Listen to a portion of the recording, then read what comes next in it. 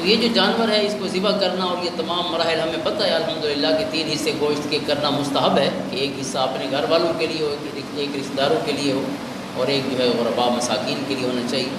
اور وہ تو سب چیزیں یعنی فار گرانٹیڈ ہیں، سب کو پتہ ہے، لیکن ہم جس قربانی پر رکے ہوئے ہیں اس قربانی سے پچھلی گفتگو جو اللہ نے باپ بیٹے کی گفتگو قرآن میں بیان فرمائی ہے، اصل انسان کے لیے لمحہ فکریہ اور دعوت کا اصل سامان وہ ہے۔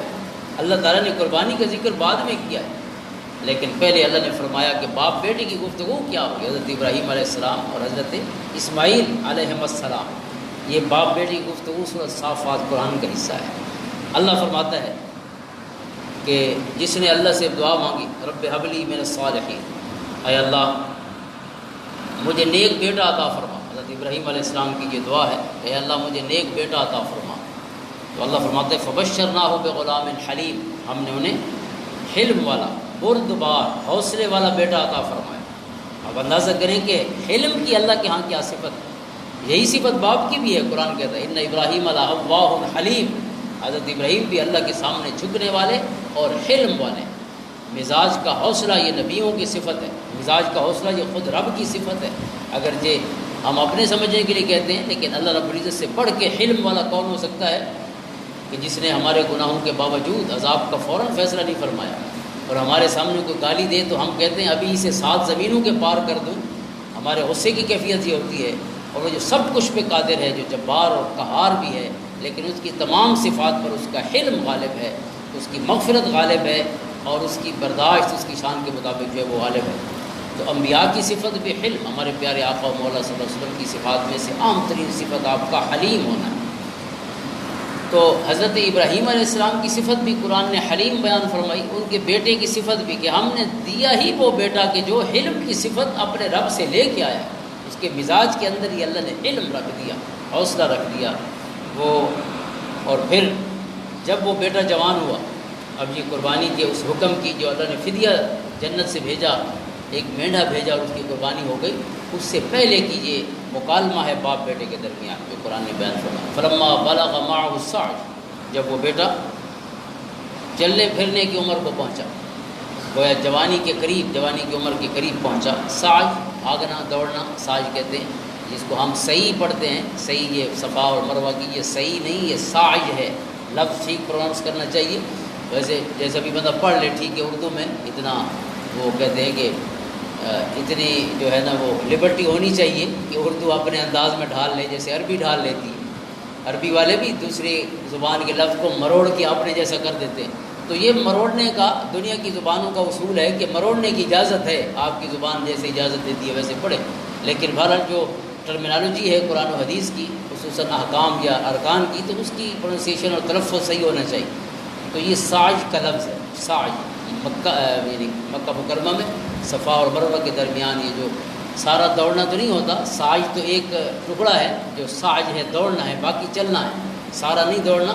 وہ جو میلین، جو 2 میل بنے ہوئے ہیں اوپر نشان ہرے رنگ کے، ان کے درمیان جو ہے یہ انسان نے دوڑنا ہوتا ہے، باقی چلنا ہوتا ہے۔ اور دوسرا لفظ ہے رمج، اس کو رمی پڑھتے ہیں، یعنی شیطان کو کنکریاں مارنا، یہ لفظ رمج ہے، را کی زبر اور میم ساکن اور یا ساکن، رمج جمار۔ تو یعنی رمج کا معنی ہوتا ہے مارنا، تو کنکریاں مارنا جو ہے لفظ رمج ہے، لفظ ساج ہے۔ تو یہاں اللہ نے اسی لفظ کو ارشاد فرمایا۔ ساج کا معنی ہوتا ہے بھاگنا دوڑنا۔ تو حضرت اسماعیل علیہ السلام جب بھاگنے دوڑنے کی عمر کو پہنچے، ساج کا مطلب تو یہ اس کو آپ جوان بھی کہتے ہیں یا لڑکا سبھی کہتے ہیں، یعنی ایسی عمر تھی کہ جس میں وہ بھاگ دوڑ سکتے تھے۔ جب بھاگنے دوڑنے کی عمر کو پہنچے تو باپ نے بیٹے سے کیا فرمایا؟ قال یا بنی، اے بیٹے، انی اری فی المنام انی اذبحک، کہ بیٹے میں نے خواب دیکھا ہے کہ میں آپ کو ذبح کر رہا ہوں خواب میں، انی اذبحک فانظر ماذا تری۔ اب بھاگنے دوڑنے کی عمر کو بچہ پہنچا ہے تو آپ خود سوچیں شعور سے ابھی کتنا دور ہے، شعوری عمر سے۔ بھاگنے دوڑنے میں شعور تو نہیں آ جاتا، نہ انسان چیزوں کو بیلنس کر سکتا ہے، یعنی سوچنے کے حساب سے توازن کے ساتھ فیصلہ کر سکتا ہے۔ ابھی اس کی جو پاور آف ڈیسیجن ہے، ابھی تو بچے کی شعور نہیں ہوتی، اس کا اگر فیصلہ ہوگا تو بچگانا ہوگا، لیکن یہ عام بچہ نہیں، یہ نبی کا بیٹا ہے اور خود بھی نبی ہے حضرت اسماعیل علیہ السلام، اور صفت حلیم لے کے آیا ہے، حوصلے کی صفت اپنے رب سے لے کے تشریف لایا ہے۔ تو فرماتے ہیں کہ باپ نے بیٹے سے کہا فانظر ماذا ذکر، بیٹا آپ کی کیا رائے ہے کہ میں نے خواب میں دیکھا کہ آپ کو ذبح کر رہا ہوں، تو آپ کیا کہتے ہیں؟ قال یا ابت، اللہ اکبر، یہ روح ہے قربانی کی جو اللہ تعالی ہم تک پہنچانا چاہتا ہے۔ بیٹے نے یہ نہیں کہا کہ آپ مجھے ذبح کریں گے، کبھی کسی نے انسانوں کو بھی ذبح کیا ہے، یا اس بچپن کی عمر میں جتنا کچھ وہ اپنی جان سے اور اپنی ذات سے پیار کر سکتا تھا اس طرح کے کسی جذبے کا اظہار کرتا، لیکن باپ نے جیسے ہی فرمایا کہ میں نے خواب دیکھا ہے کہ تجھے ذبح کر رہا ہوں، اب چونکہ نبی کا خواب ہے اور نبی کے خواب بھی واحج کا حصہ ہے، وہ فرماتے ہیں کہ میری واحج کا آغاز بھی رویائے صادقہ سے ہوا، اللہ تعالیٰ نے پہلے مجھے خواب میں کرم فرمانا شروع فرمایا، اللہ تعالیٰ کی طرف سے عظیم خیالات کا اظہار، آپ کو خواب کی صورت میں یہ ہدایات اور روشنی عطا ہوتی رہی، اس کے بعد پھر فرشتہ تشریف لایا۔ تو حضرت ابراہیم علیہ السلام کا خواب ہے، نبی کا خواب ہے، نبی کا خواب اسی طرح ہے جیسے ہم سورج کو دیکھ رہے ہیں، ہمارا خواب جو ہے وہ کسی پر ضروری نہیں، چاہے کوئی خواب میں کہے کہ مجھے اللہ نے یہ حکم فرمایا ہے، لیکن نہ اس پر ضروری ہے نہ کسی اور پر ضروری ہے، کیونکہ ہمارے خواب نہیں، یہ نبی کے خواب کی بات ہے۔ نبی کا خواب اسی طرح واجب العمل ہوتا ہے جیسے نبی کی واحج واجب العمل ہے، کیونکہ ان کے خواب بھی مطہر ہوتے ہیں، پاک ہوتے ہیں، شیطانی خیالات اور وساوس نہیں آتے، ان کے خیالات میں بھی جو نیند کی صورت میں ہوتے ہیں اس وقت بھی اللہ رب العزت کے ساتھ ان کا تعلق کی خاطری وہ بحال ہوتا ہے، اور ان کے ساتھ اس وقت بھی روشنی کا نزول ہو رہا ہوتا ہے۔ تو جیسے حضرت ابراہیم علیہ السلام نے اپنے بیٹے سے فرمایا کہ میں نے خواب دیکھا ہے آپ کو ذبح کر رہا ہوں، تو خواب تو صادق ہے، سچا ہے، نبی کا خواب ہے، تو بیٹا کیا کہتا ہے؟ یا ابت افعل، اے ابا جان جو حکم ملا ہے وہ کر گزریے، افعل، اللہ اکبر کبیرہ۔ سکھائے کس نے اسماعیل کو آداب فرزند، یہ فیضان نظر تھا یا کہ مکتب کی کرامت تھی؟ ابھی مدرسے جا کے تو نہیں پڑھے کہ کوئی استاد سکھا تھا، یہ فیضان نظر تھا، اقبال کہتے ہیں یہ کسی آنکھوں کا فیضان تھا کہ باپ نے دیکھا اور باپ کی آنکھوں کی نظر اور نظر کا فیض ایسے اندر تک اتر گیا کہ اس نے بیٹے کو ڈیسیجن کی اور صحیح فیصلے کی طاقت بھی عطا کر دی، اور اللہ کے حکم کے حضور جھک جانے، تسلیم اور رضا کی آخری منزل تک پہنچنے کا، راضی پر رضا الہی ہونے کی منزل پہ پہنچنے کا شرف بھی عطا کر دی۔ یہ آخری منزل ہے روحانی طور پر، اور اللہ رب العزت کے قرب کی آخری منزل ہے اس کی رضا سے راضی ہو جانا، راضیۃ مرضیہ، قرآن کہتے ہیں یا ایتھا النفس المطمئنہ ارجعی الی ربک راضیۃ مرضیہ فادخلی فی عبادی وادخلی جنتی۔ مرنے سے پہلے مومن کی روح کو اللہ کی طرف سے یہ آواز پہنچ جاتی ہے، اے نفس مطمئنہ، جس کو کوئی ٹینشن نہیں تھی کیونکہ وہ اللہ کے ہر حکم سے راضی تھی اور ہر کیفیت سے راضی تھی، جس حال میں رب رکھے ہر اس حال سے راضی تھی۔ حضرت ابو ذر غفاری رضی اللہ تعالیٰ عنہ غربت کو اور فقر کو پسند فرماتے تھے، اور فقیر صحابہ میں سے ہیں، اور فقر حضور علیہ السلام کا بھی پسندیدہ، یعنی فقر اختیاری ہے، حضور نے پسند فرمایا، لیکن بہرحال سوچ کا ایک انداز بھی ہے۔ تو حضرت ابو ذر جو ہے وہ پیسوں کو پسند بلکہ نفرت کرتے تھے، پیسوں سے بھی اور دنیا کی سب آسائشوں سے بھی، تو وہ فرماتے تھے کہ مجھے جو ہے وہ فقر پسند ہے، غربت پسند ہے۔ تو حضرت علی المرتضیٰ رضی اللہ تعالیٰ عنہ جو باب مدینۃ العلم ہے، شہر علم کے دروازے ہیں، آقا علیہ السلام نے انا دار الحکمت وعلی بابھا فرمایا، انا مدینۃ العلم وعلی بابھا۔ جب ان کے سامنے حضرت ابو ذر غفاری رضی اللہ تعالیٰ عنہ کا اس فقیر صحابی کا یہ قول ذکر کیا گیا کہ وہ کہتے ہیں کہ وہ ہمیں غربت پسند ہے، فقر پسند ہے، تو حضرت علی کرم اللہ وجہہ الکریم نے فرمایا کہ اللہ ابو ذر غفاری پر رحم فرمائے، ان کی بات بھی ٹھیک ہے، لیکن کہنا یہ چاہیے کہ ہمیں وہ حالت پسند ہے جس حال میں رب رکھے۔ یہ قرآن و حدیث کا، حضور کی سنت کا آخری نقطہ یہ ہے۔ اگر اللہ کو آپ کی کوٹھیاں اور بنگلے پسند ہوں تو پھر آپ نہ کریں، کیونکہ یہ بھی آزمائش کی گھڑی ہے۔ دعا مانگے کہ اللہ تعالیٰ ان پیسوں والی آزمائش میں آپ کو کامیاب و کامیاب فرمائے، کیونکہ اللہ نے پیسوں کو اپنا فضل فرمایا، ذالک فضل اللہ یؤتیہ من یشاء۔ جو عبادت پیسے والا کر سکتا ہے وہ عبادت تو غریب کر ہی نہیں سکتا، جو کہ صدقات خیرات جو ہے یہ عبادت تو پیسوں سے ریلیٹڈ ہے، تو جب پیسے ہوں گے تو ظاہر ہے آپ کسی کو دیں گے۔ اور الید العلیٰ خیر من ید السفلیٰ، حضور نے فرمایا اوپر والا ہاتھ نیچے والے ہاتھ سے افضل و اعلیٰ ہے، تو اس لیے اگر آپ دینے والے ہیں تو پھر آپ اس کیفیت میں ہیں کہ جس کیفیت میں غریب اپنی مرضی سے نہیں آ سکتا، کیونکہ یہ پیسے ہیں اور پیسے اس کا فضل ہے۔ اللہ تعالیٰ نے یہ جمعے کی جو آیات ہیں اس میں جمعہ پڑھنے کا ذکر ہے، تو اس کے ساتھ ہی اذا نودی للصلاۃ من یوم الجمعہ فاسعوا الی ذکر اللہ، فرمایا جب جمعہ کی اذان دی جائے تو اللہ کے ذکر کی طرف بھاگو۔ یہ آہستہ آہستہ چلنے والا معاملہ نہیں کہ ابھی دکان سنبھال رہے ہیں. فرمایا جب اذان کی آواز آئے تو بس ہر چیز بھول جاؤ, اور یہ آرام سے چلنا نہیں. جب بھی جمعہ کے لیے آئیں تو ذرا رفتار روٹین سے زیادہ رکھ کے آئیں, یہ قرآن کا حکم ہے. فسعوا, بھاگنے کو کہتے ہیں. وہی لفظ سعی ہے جو پہلے میں نے حضرت اسماعیل علیہ السلام کی عمر کے تعین کے لیے قرآن نے بولا ہے. سعی بھاگنے کو کہتے ہیں. قرآن کہتے ہیں فسعوا, اللہ کی طرف جب جمعہ کی اذان ہو تو بھاگ کے آیا کرو. تو اس وجہ سے آتے ہوئے ذرا اپنی سپیڈ تیز رکھنی چاہیے. یہ قرآن کے اس حکم کی اس کی روح کا حصہ ہے, اقتضاء النص ہے. اور اگلی آیت کیا کہتی ہے؟ فَإِذَا قُضِيَتِ الصَّلَاةُ, اگر نماز ہو جائے تو قرآن کہتا ہے اب یہ ذمہ داری ختم ہو گئی, فرض نبھا دیا. فَإِذَا قُضِيَتِ الصَّلَاةُ فَانتَشِرُوا فِي الْأَرْضِ وَابْتَغُوا مِنْ فَضْلِ اللَّهِ, اب زمین میں پھیل جاؤ, اللہ کا فضل تلاش کرو.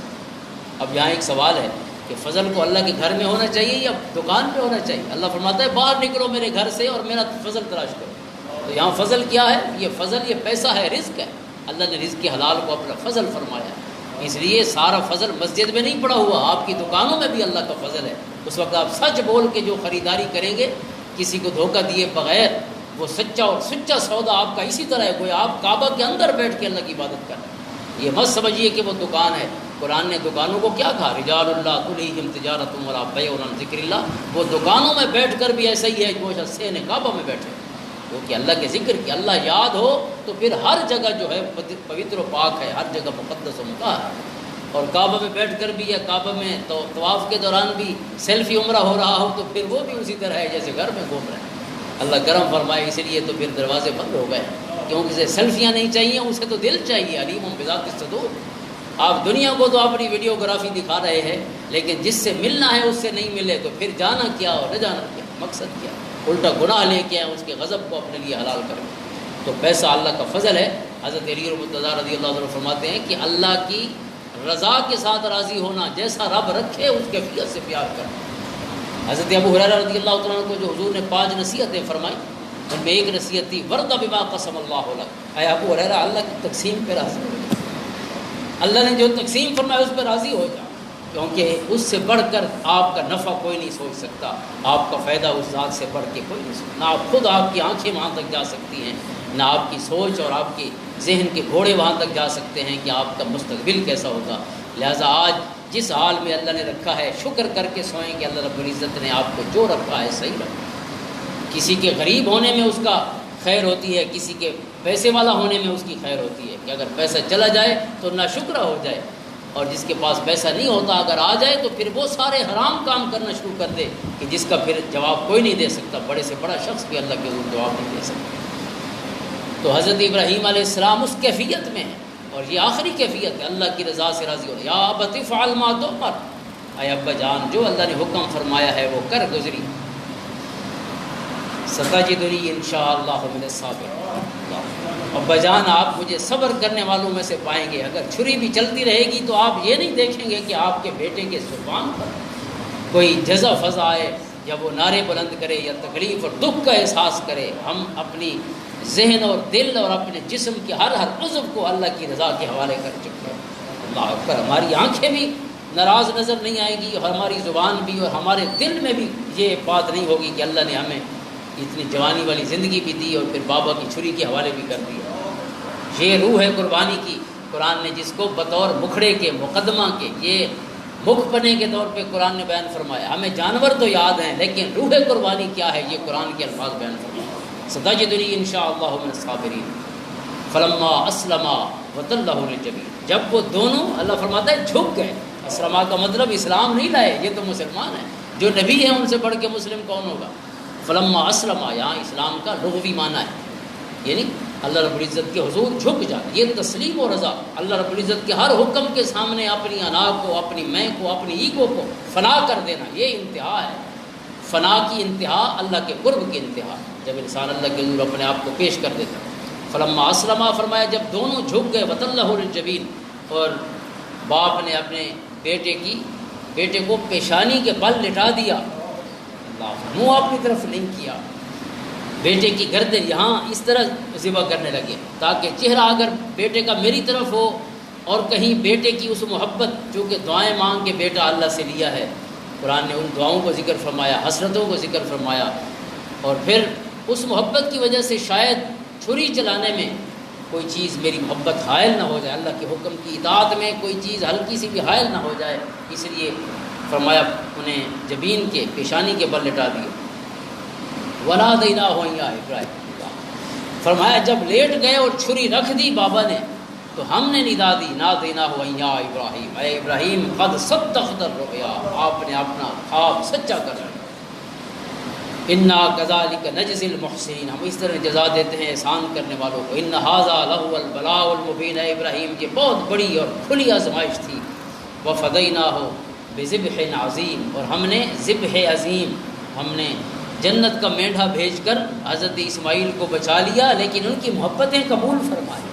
اللہ اکبر، انہوں نے تو انتہا کر دی۔ قد صدقت الرؤيا، یہ ہے جانور کے گردن پہ چھری رکھتے ہوئے یہ تصورات ہیں جو ذہن میں ہوں۔ اے اللہ، یہ صرف جانور کی گردن پہ چھری نہیں رکھی جا رہی، یہ ابراہیم و اسماعیل کا وہ منظر ہے جو ہماری آنکھوں کے سامنے ہے۔ اگر تیرا حکم ہو تو ہماری زندگی، ہماری آسائشیں، ہمارے پیار کی ہر چیز تیرے راستے میں قربان ہے۔ اور جب ہر چیز قربان ہے تو یہ 5 نمازیں ہیں، زکوٰۃ ہے، روزہ ہے، حج ہے، یہ کوئی اتنے بڑے کام ہیں؟ اللہ رب العزت نے تو آخری قربانی، اور وہ بھی اللہ نے ہونے نہیں دی، لیکن محبت نے اپنی بارگاہ میں ان کا جذبہ قبول فرما لیا۔ فرمایا وَتَرَكْنَا عَلَيْهِ فِي الْآخِرِينَ، ہم نے ابراہیم کا ذکر ہمیشہ کے لیے باقی رکھا ہے، ہم اپنے اس بندے کی یاد کو مرنے نہیں دیں۔ اللہ فرماتا ہے ہم اس بندے کی، اپنے محبوب بندے کی یاد کو مرنے نہیں دیں گے، کیونکہ جو اللہ کے حضور حاضر ہو جاتا ہے پھر صدیوں تک اس کا ذکر باقی رہتا ہے۔ سلام علی ابراہیم، کیا محبتیں ہیں اللہ کی بھی۔ اللہ فرماتا ہے سلامتیاں ہوں میرے بندے ابراہیم پر، کذالک نجزی المحسنین، ہم اس طرح جزا دیتے ہیں احسان کرنے والوں کو۔ انہ من عبادنا المؤمنین، یہ ہمارے ایمان والے بندوں کا حصہ ہے۔ اللہ ہمیں اسلام والا بنائے اور ایمان والا بنائے۔ اللہم صلی علی